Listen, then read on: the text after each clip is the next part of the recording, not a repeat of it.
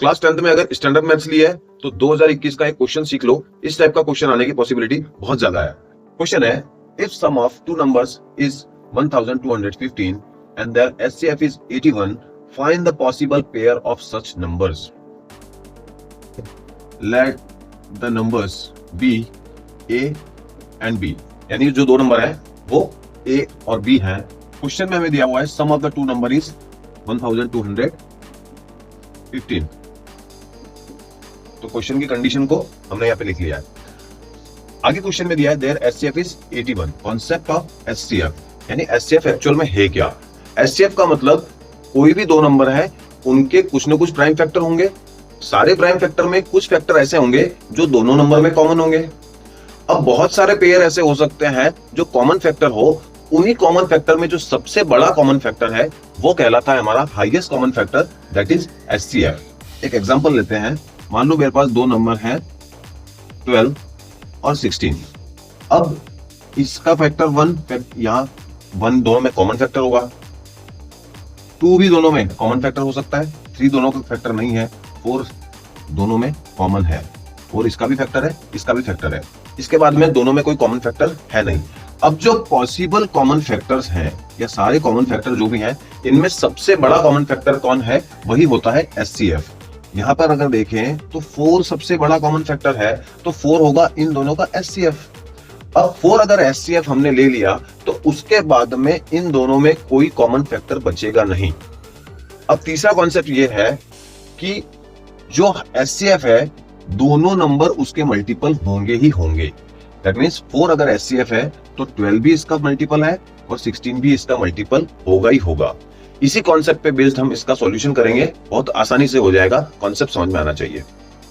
अब अगर दो नंबर हैं ए और बी और उनका एचसीएफ है 81, अगर इन दोनों का एचसीएफ 81 है तो ये ए भी 81 का मल्टीपल होगा और बी भी 81 का मल्टीपल होगा ही होगा। इस चीज को हम ऐसे लिखेंगे, या तो ए 81x और बी 81y है। तो इसमें नेसेसरी कंडीशन ये है कि अब 81 के बाद में इन दोनों का कोई कॉमन फैक्टर नहीं होगा। दैट मींस x और y जो है वो को प्राइम नंबर होंगे, क्योंकि अगर इन दोनों में कोई कॉमन फैक्टर होता तो वो एचसीएफ में काउंट हो चुका होता। 81 एचसीएफ निकल चुका है, इसके बाद अब इन दोनों में कुछ भी कॉमन नहीं है। अगर दोनों में कुछ भी कॉमन नहीं है तो दोनों नंबर को प्राइम है। इस इक्वेशन में अगर मैं ये दोनों वैल्यू अब पुट करूं तो मुझे मिलेगा 81x plus 81y is equal to 1215। 81 को अगर मैं कॉमन ले लूं तो मुझे मिलेगा x plus Y is equal to 1215। That means x plus Y is equal to 1215 upon 81। इसको अगर सॉल्व करोगे तो मिलेगा 15, यानी मुझे मिल चुका है x प्लस वाई इज 15। अब दोनों नंबर पता करने के लिए मुझे ऐसे दो नंबर पता करने हैं जिनका सम 15 हो और वो दोनों नंबर को प्राइम भी हो। अब ऐसे कौन कौन से नंबर हैं जिनका सम 15 है, जैसे 1 और 14, उसके बाद में 2 और 13, 3 और 12, 4 और 11, 5 और 10, 6 और 9, 7 और 8, उसके बाद में फिर उल्टे चलने लगेंगे नंबर। अब इन सब नंबरों का सम 15 होता है, लेकिन इनमें को प्राइम नंबर कौन से हैं?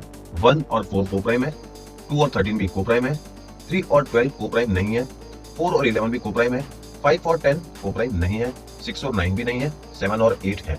मतलब ऐसे 4 नंबर हैं जिनका सम 15 है और वो दोनों को प्राइम भी है। तो हमारे क्वेश्चन में हमें बताना है find the possible pair of such number. ऐसे कितने पेयर होंगे जिनके साथ में ये कंडीशन फुलफिल होगी? तो हम आंसर में लिखेंगे 4 पॉसिबल पेयर्स। रील को शेयर करो अपने स्टडी बडीज के साथ में, और ऐसे और क्वेश्चन समझने के लिए फॉलो करो एजुकेटर नेक्सस को।